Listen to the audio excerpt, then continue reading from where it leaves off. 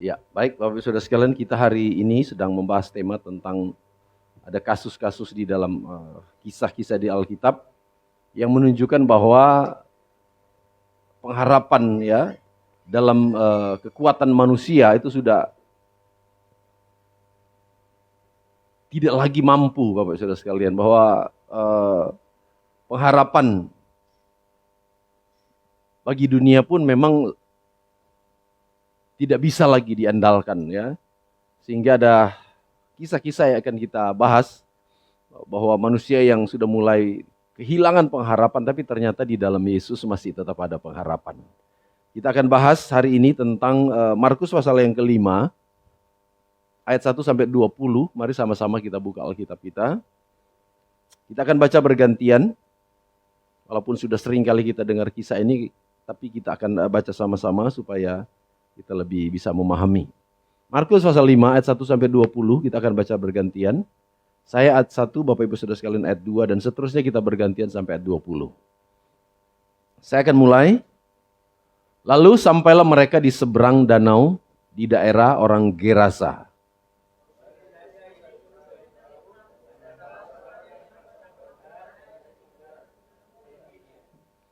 Orang itu diam di sana dan tidak ada seorang pun lagi yang sanggup mengikatnya, sekalipun dengan rantai.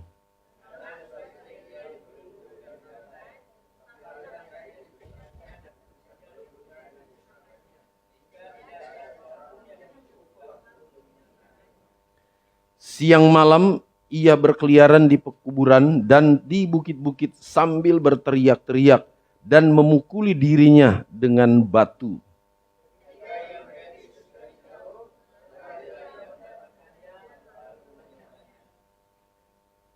Dan dengan keras ia berteriak, "Apa urusanmu dengan aku, hai Yesus, Anak Allah yang Maha Tinggi? Demikianlah, demi Allah, janganlah siksa aku."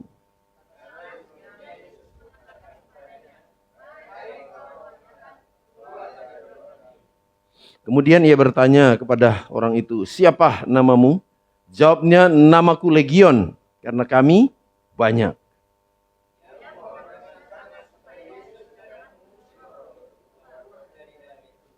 Adalah di sana di lereng bukit sejumlah besar babi sedang mencari makan.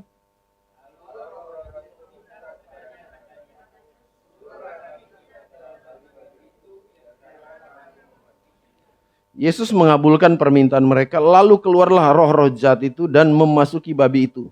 Kawanan babi yang kira-kira 2.000 jumlahnya itu terjun dari tepi jurang ke dalam danau dan mati lemas di dalamnya.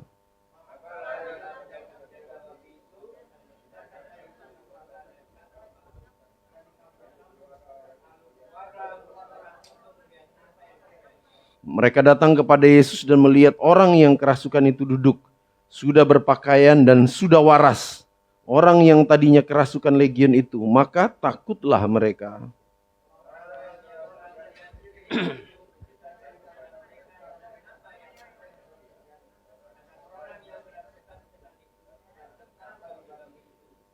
Lalu mereka mendesak Yesus supaya ia meninggalkan daerah mereka.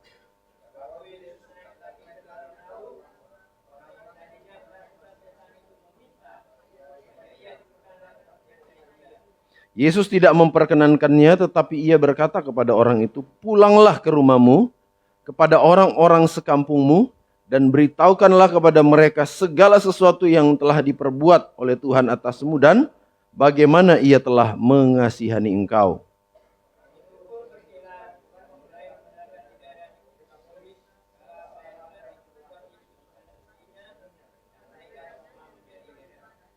Haleluya. Puji Tuhan Bapak Saudara sekalian. Hari ini kita akan bahas tema tentang keterikatan, ya. Keterikatan. Bapak Saudara sekalian, saya pernah nonton di YouTube ada beberapa ya. Orang itu buat jerat ya, entah itu jerat untuk burung, entah jerat untuk babi ya. Saya beberapa kali lihat di YouTube, wah ternyata kayak begitu ya. Kalau orang terikat itu seperti itu. Jadi kalau sudah kena jerat, orang atau binatang yang kena jerat itu, semakin dia berusaha untuk keluar dari jerat, semakin jerat itu mengikat dia. dan sulit untuk dilepaskan ya kalau tidak ada campur tangan manusia atau campur tangan yang lain, karena jerat itu begitu kuat mengikat. Misalnya burung ya, apalagi kalau sudah terjerat di leher ya susah ya. Sebagaimana ketika mereka terjerat, mereka juga punya usaha, punya upaya untuk melepaskan diri. Tapi ternyata semakin keras dia bergerak, semakin keras dia berusaha, jerat itu semakin mengikat. Ya. Nah kita lihat Bapak Saudara sekalian, ada kisah yang sangat-sangat luar biasa terjadi, di mana ada seorang yang mengalami keterikatan. Ini keterikatan bukan keterikatan biasa, ya. Tapi dia adalah keterikatan yang sangat-sangat luar biasa, sehingga kalau kita lihat kisahnya memang tidak ada lagi pengharapan. Ya, orang ini sedang sebentar lagi akan menuju kepada kebinasaan. Nanti kita akan bahas ya di terakhirnya. Bahwa memang ketika orang itu dirasuki atau diikat oleh kuasa kegelapan, ujung-ujungnya itu akan menuju kepada yang namanya kebinasaan. Tapi untungnya kisah yang kita baca hari ini, kebinasaan itu bukan terjadi terhadap manusia, tetapi kebinasaan itu terjadi kepada hewan peliharaan ya. Nah, kita akan lihat. Nah, peristiwa ini terjadi di Gerasa, Bapak Saudara sekalian. Nah, Yesus dengan misi yang dia jalankan, walaupun memang perjalanan Tuhan Yesus itu boleh dikatakan secara manusia itu berat ya. Setelah dia mengadakan mujizat, kemudian setelah mujizat terjadi, mereka menyeberang lewat danau, dan ketika mereka menyeberang di danau, ada kejadian angin ribut ya. Kejadian angin ribut yang menghalau perjalanan murid-murid Tuhan. Tapi kemudian ada mujizat Tuhan menenangkan badai, angin ribut itu berhenti. Nah, tapi saat setelah mereka sampai di satu daerah yang namanya Gerasa, mereka bertemu lagi dengan pelayanan yang baru, ya. Di mana ada orang yang sudah, ya boleh dikata sudah kehilangan pengharapan, Bapak Saudara sekalian, ya. Di daerah Gerasa. Nah, daerah ini adalah daerah yang tandus, ya, daerah yang berbukit-bukit. Bahkan kalau kita lihat di situ daerah yang mungkin banyak sekali yang namanya pekuburan di situ, daerah itu. Nah, daerah Gerasa itu dihuni oleh orang-orang non-Yahudi, kebanyakan mereka adalah orang-orang non-Yahudi. Karena kalau mereka orang Yahudi, tidak mungkin mereka piara babi, ya. Orang-orang non-Yahudi.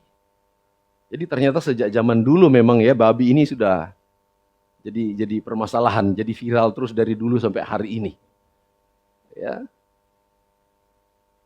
Ada yang memakannya dibilang halal, ada yang tidak memakan juga dibilang itu haram.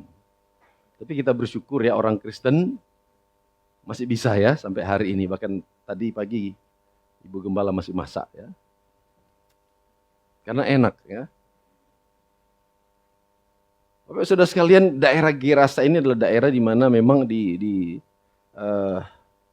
dipengaruhi ya dengan berbagai macam pengajaran. Dan kita melihat di situ bahwa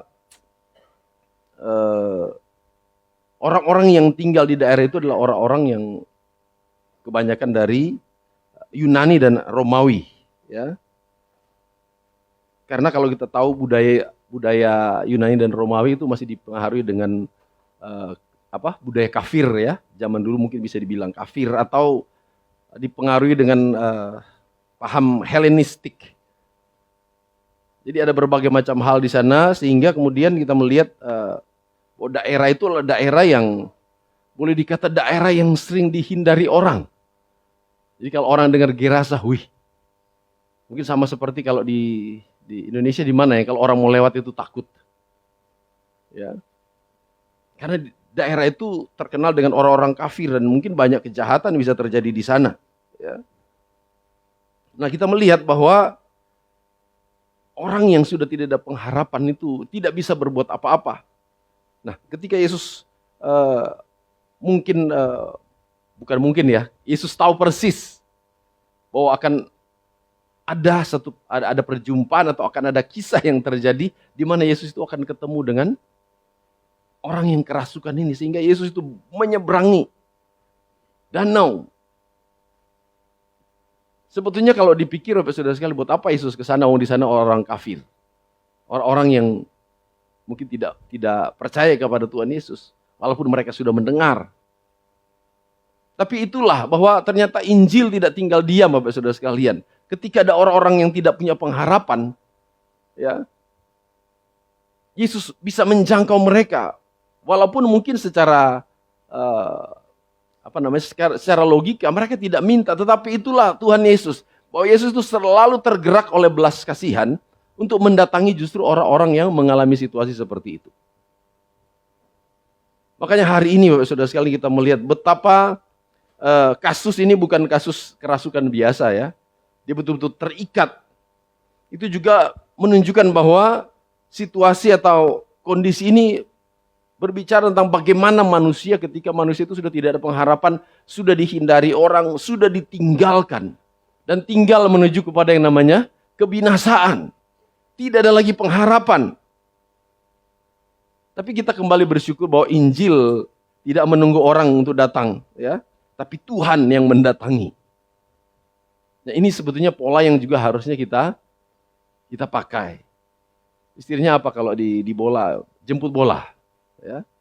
Itu tidak boleh diam. Makanya di gereja itu harus ada pelayanan yang namanya pelayanan misi.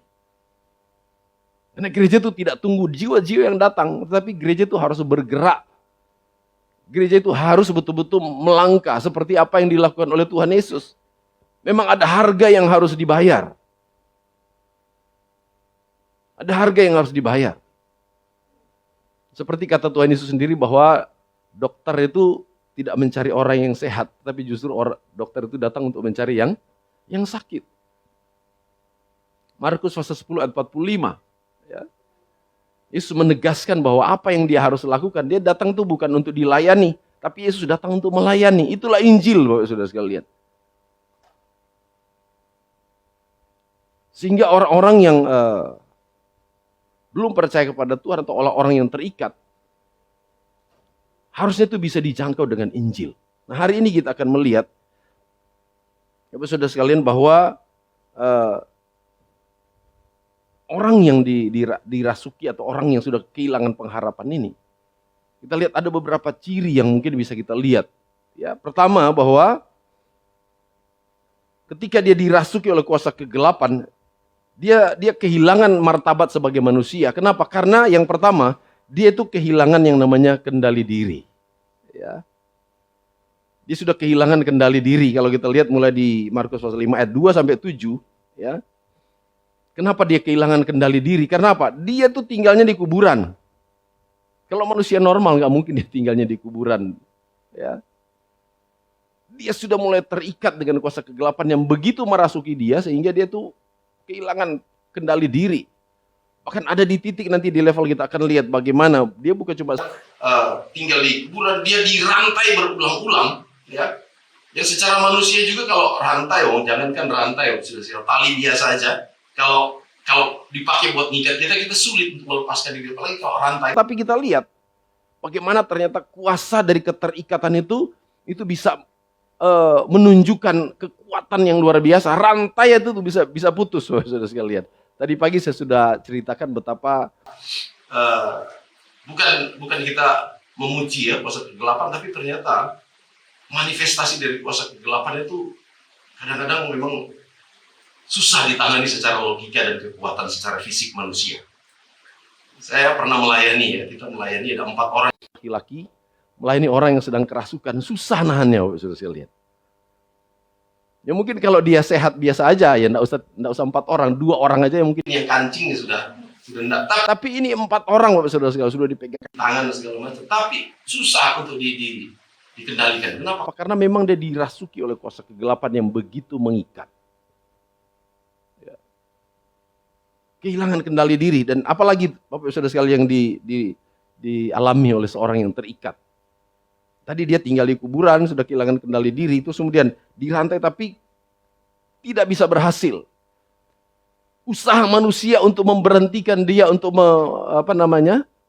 menolong dia tidak mungkin bisa, Bapak Saudara sekalian.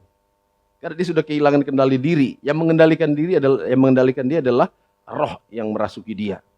Selanjutnya dia menyakiti diri. Kita lihat betapa luar biasa Bapak Saudara sekalian di ayat yang kelima. Ternyata orang yang dirasuk kuasa kegelapan yang terikat ya dengan kuasa-kuasa kegelapan. Dia itu akan memulai bukan dari luar kerusakan, dia merusak dari dalam. Ya. Dimulai dari dalam. Dan betapa menderitanya, Bapak Saudara sekalian, orang yang dirasuki ini. Orang yang terikat itu betapa menderitanya karena dia sedang dijajah oleh kuasa kegelapan. Bayangkan Bapak Saudara sekalian, jangankan kita lihat Alkitab mencatat bahwa dia ini kemana-mana dia sering berteriak-teriak itu apa? Mukul dirinya dengan apa? Batu. Jangankan dengan batu, disentil aja rasanya sakit Bapak Saudara sekalian. Ya. Nah, hidupnya betul-betul dijajah, artinya dia sedang dibinasakan oleh hal yang mengikat. Dia sedang menuju kepada kebinasaan dengan roh yang mengikat hidupnya. Tapi dia tidak bisa mengendalikan diri, tidak berdaya. Seperti apa tadi saya ceritakan, kalau sudah masuk jerat iblis, ini kita mulai terikat di dalamnya. Agak sulit bisa mengendalikan diri. Kenapa? Karena ikatan itu begitu kuat. Dia sebetulnya bukan tidak sadar mungkin, tapi dia tidak berdaya karena dia betul-betul sudah kehilangan kendali diri. Nah, Bapak Saudara sekalian, saya mencatat di sini bahwa keterikatan itu tidak selalu dimulai dari niat jahat, ya, tetapi dari dosa yang dibiarkan atau kemudian dosa yang kita biarkan menguasai hidup kita. Jadi keterikatan itu tidak dimulai dari yang namanya niat, ya. Kadang-kadang kita tidak mau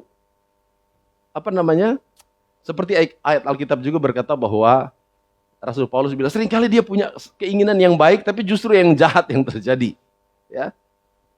Nah, keterikatan juga seperti itu. Kadang-kadang kita tidak ada niat untuk terikat di dalam dosa kah, kita terikat di dalam hal-hal yang lain. Ya, tetapi ketika kita mulai membiarkan yang namanya dosa, walaupun itu kecil, dan kemudian kita biarkan, lama-lama kita terjerat di situ. Dan ketika kita sudah terjerat, betapa sulit kita keluar dari situ. Ya. Orang itu kalau sudah terikat itu susah, Bapak Saudara sekalian. Ya. Contoh misalnya apa? Kira-kira dosa yang menjerat, dosa yang mengikat hidup kita. Ya. Kalau sekarang apa Bapak Saudara sekalian? Dosa apa yang begitu mengikat, yang kemudian tanpa kita sadari kita sudah terikat dan kemudian susah untuk melepaskan? Oh, rokok, ya. Karena rokok itu kan candu, ya. Apalagi kalau sudah di taraf yang namanya kecanduan, sudah susah. Rokok, narkoba, ya. Apalagi hobi yang merusak. Apa itu, Pak? Lah, lihat HP. Lihat HP. Yang walaupun ya HP itu kan punya banyak sisi, ya. Dari sisi lain berguna, tapi dari sisi yang lain juga bisa merusak. Nah, kalau sudah merusak dan kita sengaja terus-terus, artinya apa? Kita sedang mengikatkan diri. Jadi sebetulnya tidak ada niat kita untuk rusak. Tapi kalau kita terus kasih kesempatan membawa kita rusak, ya kita akhirnya jadi rusak. Ya, bisa dipahami di situ. Jadi walaupun tidak ada niat, tapi kalau kita membiarkan diri kita jatuh, membiarkan diri kita itu tenggelam dalam dosa, lama-lama kita akan terjerat dan semakin keras jeratan itu, semakin sulit kita keluar dengan kekuatan sendiri. Nah, kita lihat bahwa orang yang kerasukan ini dia mengalami satu situasi di mana dia tidak bisa, sudah kehilangan pengharapan karena dia sudah tidak berdaya sama sekali. Ya. Jadi dosa yang tidak disesali akhirnya mengambil alih kendali hidup kita. Dosa yang tidak kita tinggalkan, yang kita lepaskan, dosa itu akan mengambil alih. Tadi pagi juga sudah sempat kita bahas bahwa ada pernah mungkin saya sudah sampaikan waktu itu, ya, tentang ada satu keluarga yang tidak punya anak, kemudian mereka itu saking mungkin suaminya itu kepengen supaya ada hiburan istrinya, dibelikanlah anjing yang semacam herder atau bulldog atau apa gitu. Dipelihara dari kecil, ketika dipelihara sekitar mungkin 3-4 tahun, tiba-tiba istrinya hamil, punya anak. Ya, tapi sudah terlanjur kerja yang enak, sehingga akhirnya waktu anaknya lahir itu, pakailah babysitter. Ya. Jadi si herder itu dipiara dari kecil, dikasih daging, dipelihara, dimanja, ya, karena orang ini tidak punya anak. Jadi anjing itu wah, pokoknya kebiasaan makan daging itu luar biasa, sehingga suatu ketika waktu suami istri ini kerja, ditinggalkan bayinya ke babysitter. Nah, waktu itu mungkin zaman drakor atau drama Cina, ya. Sehingga si babysitter ini keasikan nonton, lupa. Si bayi itu cuma ditinggal begitu saja di box atau apa, terus kemudian herdernya kelaparan, cari-cari makan, nggak dikasih makan, saking nonton drakor itu si babysitter. Akhirnya apa yang terjadi? Si herder itu karena dia lihat daging, ya, walaupun itu manusia, masih bayi, akhirnya dimakan. Nah, demikian juga dengan dosa, Bapak Saudara sekalian. Makanya firman Tuhan dikatakan Roma 6 ayat 23, upah dosa ialah maut. Jadi dosa yang kecil kita piara, kita rawat sampai dosa itu besar, siap-siap. Nah, sampai kita terikat dengan dosa itu akan memakan hidup kita. Makanya jangan dianggap remeh keterikatan, Bapak Saudara sekalian. Ya. Nah, yang kedua, kita melihat peristiwa ini bahwa tidak ada rantai yang cukup kuat. Nah, kita sudah bahas tadi bahwa rantai itu tidak kuat untuk menahan, ya. Ini berbicara tentang apa? Apa yang dilakukan oleh manusia? Mereka pakai rantai supaya mereka pikir bahwa orang ini mungkin bisa sembuh kalau dirantai, tapi ternyata enggak. Ya. Rantai itu tidak cukup kuat, artinya solusi manusia tidak akan pernah kuat atau tidak akan pernah mampu melawan yang namanya keterikatan. Solusi manusia. Karena kalau kita cuma sekedar berpikir, mungkin ada orang-orang tertentu sudah menyadari bahwa ini saya akan terikat dalam hal ini, saya harus melakukan ini. Itu seringkali gagal karena rantai itu bisa putus. Artinya apa? Solusi manusia untuk mengatasi keterikatan itu tidak cukup. Harus datang kepada Tuhan Yesus, karena hanya Tuhan Yesus yang sanggup melepaskan ikatan itu. Rantai manusia itu tidak cukup, Bapak Saudara sekalian. Ini kita lihat. Kenapa rantai itu tidak cukup? Di ayat yang ke berapa tadi itu? Yang berbicara tentang legion. Jadi iblis atau roh jahat yang mengikat orang dari Gerasi itu dia punya nama apa? Legion. Kalau legion itu dia mengatakan kami bernama legion karena kami banyak. Bahkan Alkitab catat mereka itu ribuan. Legion itu ribuan. Nah, sedikit kita bahas kenapa kok waktu roh jahat ini keluar mereka pergi kepada babi. Kenapa? Karena cuma babi yang jumlahnya ribuan waktu itu di situ. Manusia enggak sampai 1000, enggak sampai. Jadi roh jahat yang ribuan itu akhirnya pergi kepada babi, Saudara sekalian. Ya. Berapa ekor? 2000. Ya. Kalau babi satu sekarang berapa Pak Matal? Satu ekor. 60 sampai 70 kilo yang normal ya, biasanya kalau orang sudah mulai potong itu 60-70 kilo. Kali 100.000 aja sudah berapa itu? 7 juta. 7 juta itu kali 2000, 14 M. Nah, kita tidak sedang bahas itu. Kenapa kok pergi kepada babi? Kenapa? Karena ini menyiratkan arti Bapak Saudara sekalian bahwa ya, ketika roh jahat itu menguasai, ujung-ujungnya itu kebinasaan seperti apa yang dialami oleh babi. Itu sebetulnya pesannya. Kenapa kok dia pergi kepada babi? Ya. Karena roh jahat ketika menguasai, contohnya dia akhirnya akan membawa atau menjerumuskan orang yang dikuasai itu kepada yang namanya binasaan. Kita lihat babi-babi itu akhirnya mati, Bapak Saudara sekalian. Babi itu masuk jurang. Jadi ketika roh jahat menguasai, mengikat, ujung-ujungnya itu adalah kehancuran total.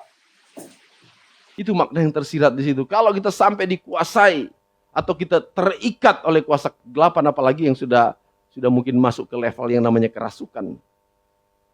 Itu berat, Bapak Saudara sekalian. Ujung-ujungnya itu akan menuju kepada yang namanya kebinasaan. Tapi kita bersyukur kepada Tuhan karena kita punya Tuhan yang luar biasa. Yang tidak membiarkan umatnya itu terikat sekian lama. Ya. Keterikatan itu akan bisa dibebaskan, Bapak Saudara sekalian. Walaupun kelihatannya kesannya lama, tapi kalau Tuhan yang bekerja itu pasti dilepaskan. Tadi pagi juga saya saksikan bahwa saya pernah melayani, adalah suami istri, ya, yang suaminya bos, ya, karena bos akhirnya dilayani di perusahaan. Ternyata orang yang melayani itu punya niat yang tidak baik. Sehingga akhirnya singkat cerita terjadilah perselingkuhan antara bos dan karyawannya. Dan itu mendatangkan situasi yang sangat berat sampai betul-betul keterikatan, jatuh di dalam dosa yang namanya dosa percabulan, perzinahan. Dan ada hal-hal yang tidak normal itu terjadi. Maaf kata Bapak Saudara sekalian. Karena saya kenal dua-duanya, saya tahu suaminya, saya tahu istrinya. Cantik sekali. Sedangkan selingkuhannya, maaf kata mungkin ya berapa kali lipat di bawahnya istrinya. Ya. Kalau kita pakai ukuran cantik, ya masih kalah jauh dengan istrinya. Tetapi apa yang terjadi? Yang namanya orang sudah terikat, sudah dikuasai oleh roh jahat, susah melepaskan diri. Terus terjadi perselingkuhan, akhirnya akan menuju kepada perceraian. Waktu itu sudah mulai mengurus perceraian, karena istrinya juga sudah tidak tahan, mau balas dan sebagainya. Singkat cerita, kita berdoa. Saya pernah melayani keluarga ini, dari jam 11 malam sampai jam 3 pagi. Wah, manifestnya itu luar biasa. Kadang-kadang jadi seperti ular, kadang-kadang jadi seperti buaya, kadang-kadang jadi seperti harimau. Bayangkan berjam-jam, maaf bicara sampai saya layani, semua itu keluar dari sini, keluar juga dari sini. Sampai, waduh sudah tidak karu-karuan. Ya karena memang itu kuasa kegelapan, dia selalu bermanifestasi dan mau merusak, saudara sekalian. Dia tidak sadar bahwa dia bentur-benturkan kepala di tembok. Ya. Sampai akhirnya puji Tuhan, waktu saya doakan dari jam 11 malam sampai jam 3 pagi itu belum selesai. Selesainya waktu apa, saudara sekalian? Waktu saya lagi doa puasa, saya lagi penyembahan, tiba-tiba dia datang. Saat saya menyembah, memuliakan Tuhan, lagunya sederhana. Ku rindukan kau hadir di sini saat ini. Wah, saya lagi menikmati hadirat Tuhan, tiba-tiba orang itu datang. Saya, dia datang. Tanpa basa-basi dia langsung ikut berlutut dan mulai ikut menyembah. Saudara, saat saya ada di hadirat Tuhan, saya arahkan tangan saya kepada beliau. Saya rasa betul-betul ada kuasa yang mengalir, orangnya itu langsung tergeletak, terlempar begitu. Saya datang tumpang tangan, tiba-tiba apa keluar? Muntah banyak dan warnanya pink. Siapa di sini sudah pernah lihat muntah warna pink? Kalau muntah kan pada umumnya apa? Warna kuning paling ya. Kuning, coklat, hitam. Tapi ini warna pink. Kenapa kok pink? Ternyata punya selidik Bapak Saudara sekalian. Yaitu ilmu atau mungkin santet yang diberikan lewat makanan. Kenapa kita bisa simpulkan itu santet? Atau roh-roh praktek perdukunan. Kenapa? Ya, karena setelah ada pelepasan waktu itu, puji Tuhan, akhirnya rujuk sama istrinya, yang itu sudah dianggap jelek ya, karena sudah kekuatannya sudah hilang, pengaruh mantranya sudah hilang. Puji Tuhan sampai hari ini tetap melayani Tuhan. Karena sudah dibebaskan. Nah, kita lihat betapa kuasa Tuhan itu dahsyat, betapa kuasa Tuhan itu luar biasa. Ya. Tuhan sanggup. Manusia mungkin susah, saudara sekalian. Adik-adiknya, bahkan gembalanya sudah menegur. Tidak mempan. Seperti tadi, rantai itu mau dipakai sebagai solusi, tetapi solusi manusia itu tidak cukup. Tetapi kuasa Tuhan itu sangat cukup. Ya, buktinya akhirnya dia pulih saat ada di hadirat Tuhan. Sampai hari ini melayani Tuhan. Itu kejadian sudah sekitar berapa puluh tahun yang lalu. Sekitar 18 atau 19 tahun yang lalu. Dan waktu itu saya masih tinggal di Surabaya, di gereja pusat. Ya. Saya betul-betul kaget, saudara sekalian. Saya mengalami betul-betul kuasa Tuhan itu luar biasa. Tidak perlu ditumpang tangan. Saya cuma angkat tangan begini, saudara sekalian, arahkan ke dia, orang itu langsung terlempar, tergeletak. Menggelepar terus kemudian muntah warna pink. Dan di situ terjadi yang namanya pemulihan. Ya. Jadi bagi dunia mungkin tidak ada pengharapan, tapi bagi Tuhan itu selalu ada pengharapan. Ya, ada satu pendapat di sini dari Matthew Henry mengatakan manusia mengurung kejahatan tetapi tidak bisa menyembuhkan hati yang terikat. Ya, seringkali Bapak Saudara sekalian manusia mau cari solusi untuk menyelesaikan yang namanya ikatan dosa. Bahkan kadang-kadang dengan mengelola dosa itu. Ya. Mengelola bahwa kita tuh menunjukkan bahwa seolah-olah kita tidak sedang terikat. Tapi roh Tuhan itu tidak bisa dibohongi. Ya. Tuhan tahu kondisi, Tuhan tahu situasi hidup kita, sehingga Tuhan pasti akan melakukan sesuatu yang akan mengarahkan kita kepada pemulihan. Cuma kembali tergantung dari kitanya, Bapak Saudara sekalian. Ya. Kita melihat ada satu hal yang positif, walaupun mungkin dia sedang dikontrol oleh kuasa kegelapan. Tapi dia itu bisa mengenal siapa yang datang waktu dia katakan bahwa Yesus itu anak Allah yang maha tinggi. Kita melihat betapa kuasa Tuhan itu dahsyat. Bapak Saudara sekalian, ya dunia seringkali pandai mengelola dosa, tapi hanya Kristus yang bisa mencabur akar keterikatan. Kita melihat ke poin selanjutnya. Bahwa Injil membebaskan yang terikat. Karena kuasa Yesus adalah kuasa yang memulihkan. Benarkah bahwa hanya Tuhan yang bisa? Kita bisa akui bersama bahwa memang benar hanya Tuhan yang bisa, Bapak Saudara sekalian. Ya. Hanya Tuhan yang mampu. Karena kita manusia punya kekuatan yang terbatas. Makanya ada firman Tuhan lain mengatakan bahwa waktu Tuhan Yesus menegur murid-muridnya, ya kan? Waktu murid-muridnya berdoa juga mengusir setan, tapi murid-murid tidak bisa, terus Yesus bilang apa? Jenis ini tidak bisa dikalahkan kecuali dengan doa dan puasa. Ya. Jadi mungkin kalau kita lihat berarti kalau kita melihat ayat seperti itu ada kesimpulan bahwa mungkin iblis itu punya tingkatan-tingkatan. Ya, seperti itu. Ada hal-hal yang bisa kita selesaikan dengan mungkin kita bisa berdoa langsung, tapi ada juga yang harus kita selesaikan dengan apa? Dengan doa dan puasa. Karena tadi firman Tuhan katakan bahwa iblis yang merasuk itu legion, mereka itu besar, sudah terstruktur cara kerjanya. Iblis ini sudah sangat licin, mungkin satu kalah, yang lain bisa maju. Sehingga akhirnya kita lihat betapa sulit untuk dilepaskan. Apalagi dosa itu sudah betul-betul mengikat. Maka kita melihat ada orang sudah didoakan supaya berhenti selingkuh, tetap aja selingkuh. Ada orang sudah didoakan berhenti untuk mencuri, masih aja tetap mencuri. Ada orang yang sudah didoakan untuk berhenti mungkin dari hal-hal yang lain yang membuat kita berdosa, masih tetap dilakukan. Karena polanya iblis itu sudah mengikat dengan begitu terstruktur sehingga sulit melepaskan dengan kekuatan manusia sendiri. Cuma kuasa Tuhan yang bisa. Ada Injil, ada kuasa Tuhan yang bisa melepaskan. Nah, sehingga kita melihat Bapak Saudara sekalian, apa yang Yesus lakukan, ya, apa yang Yesus kerjakan itu tidak pakai seperti mungkin ritual atau apapun. Yesus itu datang dengan otoritas. Ya. Yesus datang dengan otoritas. Sehingga mungkin tidak perlu harus pakai, harus begini, harus begitu. Apalagi kalau memang mendadak Bapak Saudara sekalian kita berhadapan dengan orang-orang atau situasi seperti itu. Ya. Tetapi juga Bapak Saudara sekalian, kalau kita akan melayani orang-orang yang terikat, ya kita juga harus punya persiapan.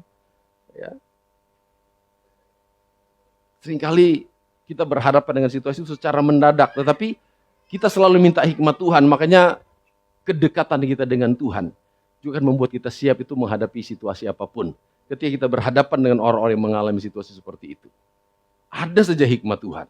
Ya, yang Tuhan beri. Kadang-kadang kita berhadapan dengan orang yang betul-betul terikat atau orang yang benar-benar kerasukan, tapi ada juga orang-orang yang pura-pura. Ya. Siapa sudah pernah ketemu dengan orang yang pura-pura? Ternyata cuma pura-pura kerasukan. Orang pura-pura kerasukan kadang-kadang sengaja suaranya digedein, matanya dibesarin terus ngomong, jangan siksa cucuku ya. Pernah ketemu dengan orang kayak gitu?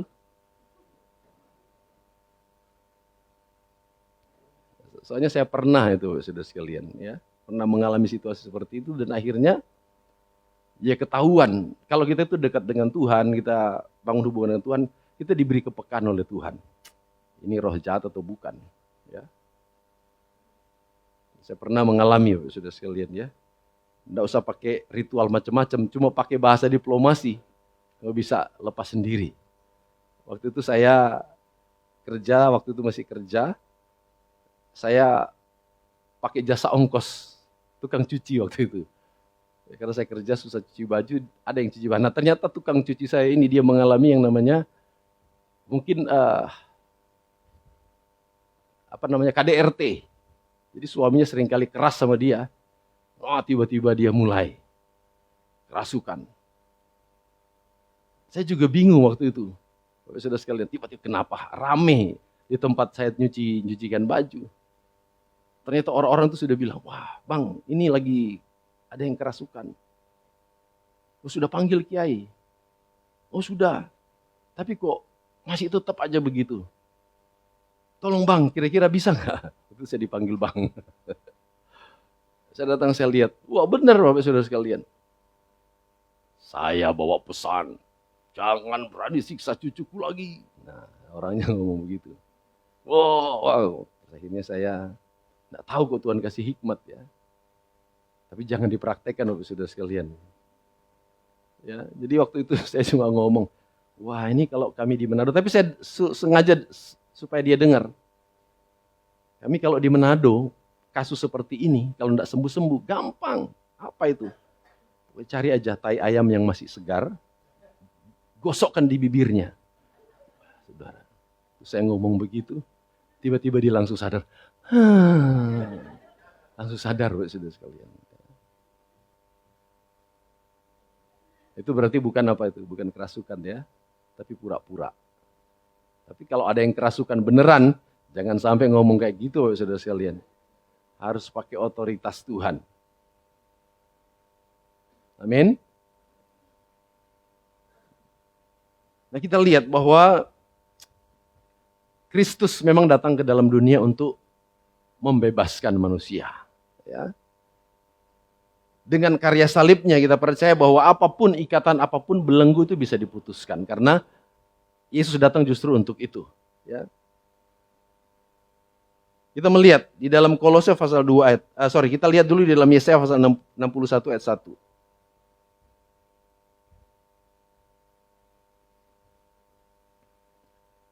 Yesaya pasalnya ke-61 ayat 1. Bisa ditampilkan?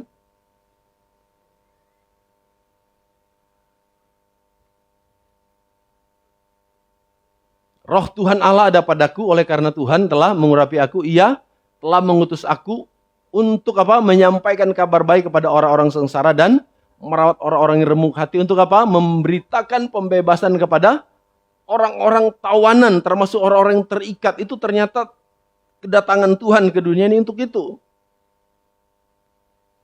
Misi Tuhan datang di dunia untuk membebaskan semua orang-orang yang ada di dalam tawanan, termasuk orang-orang yang terikat. Apapun yang mengikat, Bapak Saudara sekalian. Ya.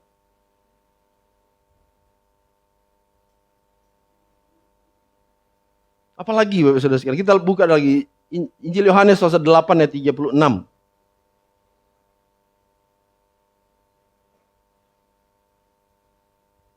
Yohanes pasal 8 ayat 36. Bisa ditampilkan?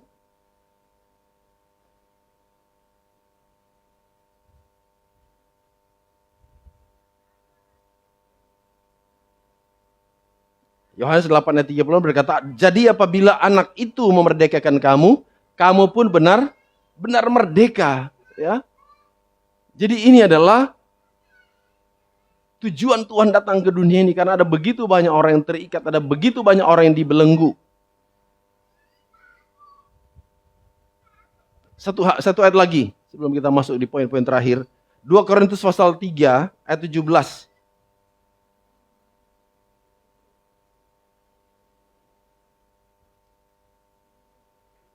Sebab Tuhan adalah roh, dan di mana ada roh Allah, di situ ada kemerdekaan. Satu ayat lagi paling terakhir. Kolose pasal yang ke-1 ayat 13. Kolose pasal 1 ayat 13 dan 14.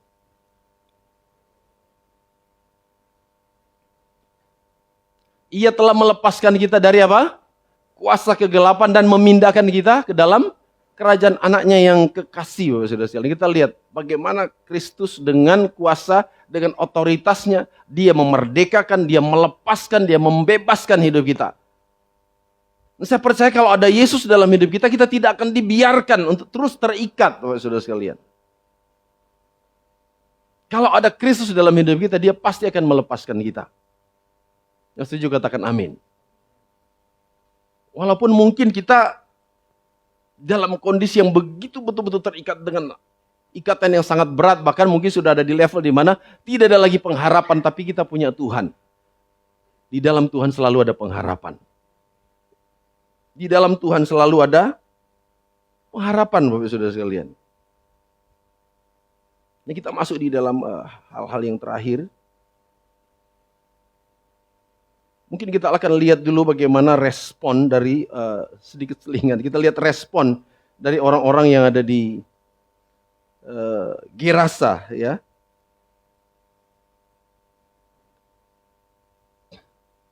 Sebelum kita lanjut, kita lihat respon ketika justru sudah terjadi yang namanya pemulihan, ya. Ketika Tuhan sudah pulihkan, artinya ada kuasa yang Tuhan sudah demonstrasikan.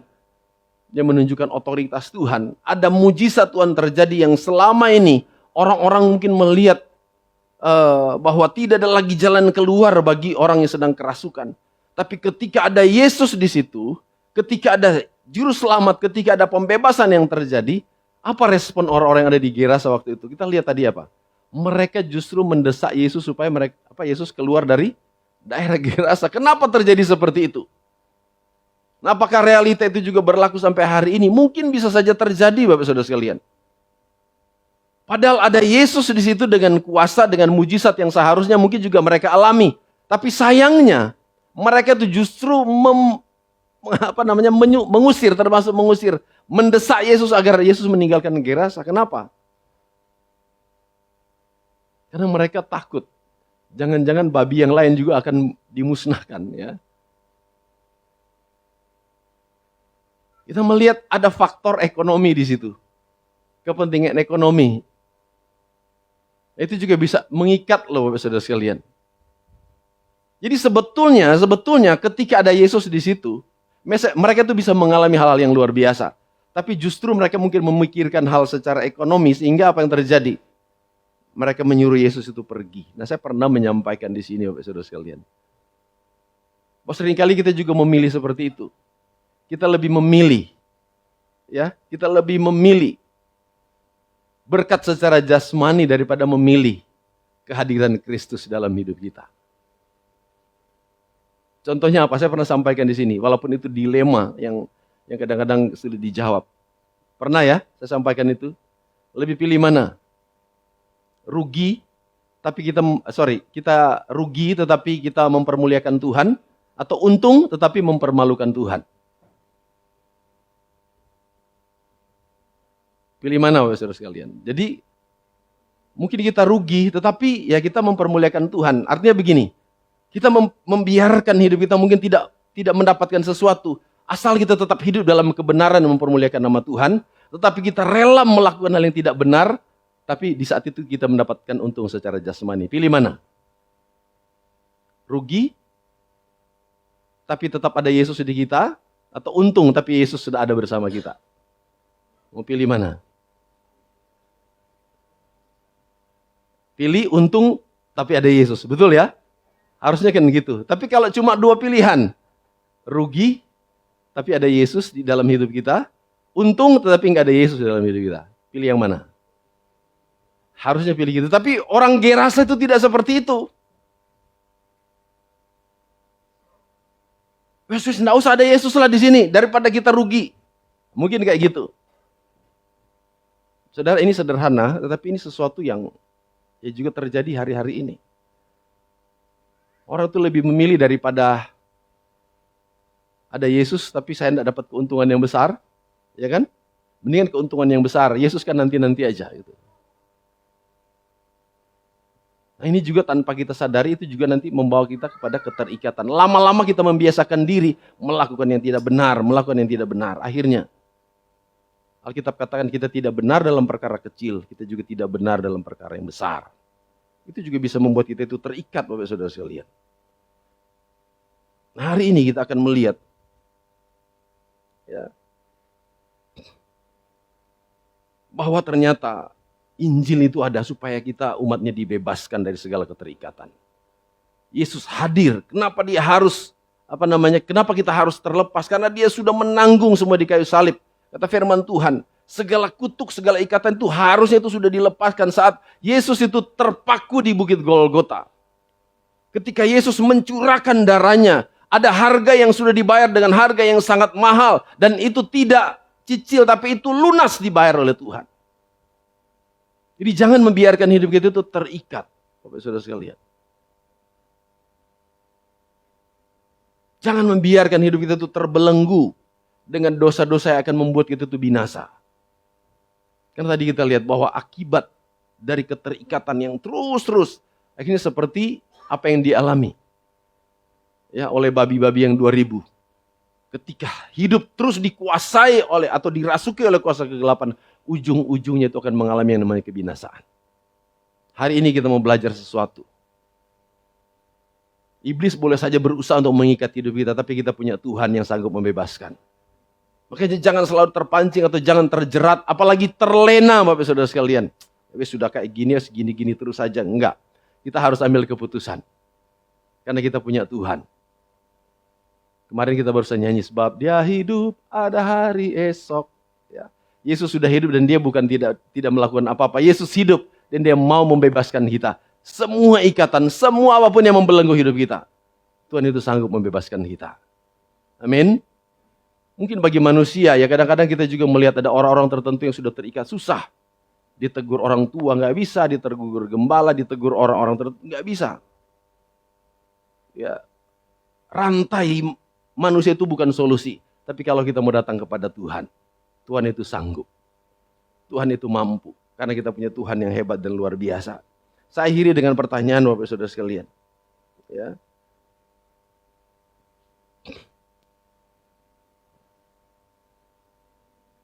Tapi sebelumnya saya menyampaikan bahwa ternyata ketika orang ini dipulihkan, orang ini kan punya kerinduan untuk mengikuti Yesus ya, di ayat yang ke-19 atau 18. Dia ingin supaya Yesus itu bawa dia. Jadi ternyata orang yang dipulihkan ya, orang yang dipulihkan dari keterikatan, dia adalah pribadi, nanti akan menjadi pribadi yang sungguh-sungguh merindukan Tuhan dalam hidupnya. Sama-sama katakan merindukan Tuhan. Kalau kita dipulihkan, kita pasti menjadi pribadi yang senantiasa merindukan Tuhan. Artinya begini, kalau dalam hidup kita sudah mulai tidak ada kerinduan terhadap Tuhan, tidak ada keinginan lagi untuk bersekutu dengan Tuhan, itu tandanya bahwa kita mulai ada keterikatan secara duniawi mungkin. Kita terikat dengan dunia, kita terikat dengan harta, kita terikat dengan hobi, kita terikat dengan yang namanya tadi apa Pak Yo bilang? Keterikatan dengan media sosial, keterikatan dengan HP atau sebagainya. Hati-hati Bapak Saudara sekalian. Karena orang yang betul-betul mengalami pemulihan dan pembebasan dari Tuhan, senantiasa punya kerinduan untuk berjalan bersama Tuhan. Jadi dia punya kerinduan untuk berdoa, dia punya kerinduan untuk beribadah, dia punya kerinduan untuk melayani. Itu orang-orang yang sudah dipulihkan oleh Tuhan. Jadi indikatornya itu, jadi lihat diri kita hari ini. Kalau mungkin sudah mulai kerinduan itu mulai pudar, berdoa minta sama Tuhan. Jangan-jangan kita sudah mulai terikat ya dengan hal-hal yang duniawi. Kita apalagi terikat dengan hal-hal yang membuat kita itu berdosa di hadapan Tuhan. Setelah dia dibebaskan, dia juga tidak berhenti. Alkitab catat dia bahwa ternyata dia pergi, dia menjadi kesaksian. Dan saya percaya juga kalau hidup kita dibebaskan, kita pasti jadi kesaksian. Tidak usah jauh-jauh, kita mungkin memberkati dulu orang-orang yang ada di sekitar kita. Karena Yesus bilang, tidak usah pergi bersama-sama dengan dia, tapi pulanglah. Ya, pulanglah ke rumahmu. Jadi berkat di rumahmu, jadi berkat di kampungmu. Itu tujuan Tuhan ternyata memulihkan kita supaya apa? Pemulihan yang dialami oleh orang yang di Gerasa itu juga menjadi pemulihan juga bagi orang-orang yang ada di sekitarnya. Saya percaya kalau kita juga dipulihkan, kita menjadi alat Tuhan untuk memulihkan orang lain. Itulah tujuan Tuhan memulihkan kita. Ini yang paling terakhir. Pertanyaannya Bapak Saudara sekalian, dengarkan baik-baik. Di area mana ya? Aku sudah tahu itu salah, tetapi masih tidak berdaya atau tidak bisa berhenti. Coba kita lihat diri kita. Mungkin ada hal-hal yang kita sadari ini salah sebetulnya. Ini tidak benar ini. Tapi kok kita masih terus melakukan, artinya kita sedang terikat, Bapak Saudara sekalian. Mungkin dari roh kita, Tuhan saya mau berhenti, saya tidak mau lagi kayak gini. Tapi masih terus terikat, masih terus kita melakukan. Ya seperti contoh mungkin tadi yang sudah dibahas dari awal. Misalnya kalau seperti orang sudah kecanduan narkoba, ya, sudah kecanduan alkohol kah dan sebagainya. Nah, itu susah. Kalau sudah ada di level dia sudah candu ya sudah susah. Dengan kekuatan manusia mungkin kita tidak bisa, tapi dengan kekuatan Tuhan pasti bisa. Amin. Ya, buktinya ada 2 pas hadir malam hari ini, Pak Tris, Pak Angki. Wah, kurang apa dulu ya? Ya rokok, ya minum, ya macam-macam lah pokoknya. Tapi ternyata sekali didoakan sampai hari ini. Sudah berapa belas tahun Pak itu Pak? Artinya bahwa ya kuasa Tuhan itu betul-betul nyata. Ya. Karena ada kesaksian juga banyak orang mengalami hal yang sama.